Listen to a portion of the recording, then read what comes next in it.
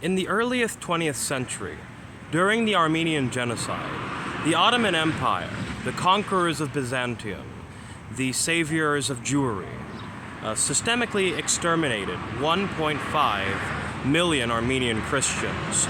Despite clear evidence of the atrocities, many world leaders and influential figures remained silent or offered only empty condemnations. This historical tragedy underscores the moral implications of inaction in the face of mass violence and human rights abuses. Today, a similar moral crisis unfolds in Gaza.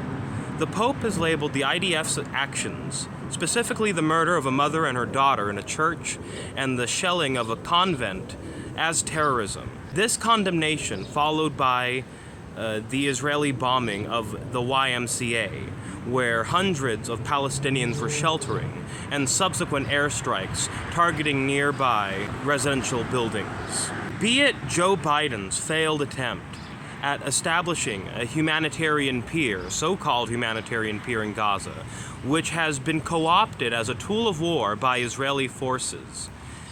This escalating violence and the use of humanitarian efforts for military advantage highlight the severe and ongoing humanitarian crisis in Gaza and spiritual, moral crisis for the world. Palestinian people are arguably the most pampered people.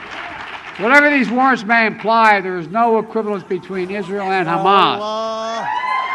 Ya Allah. And it's clear Israel wants to do all it can to ensure civilian protection. But let me be clear.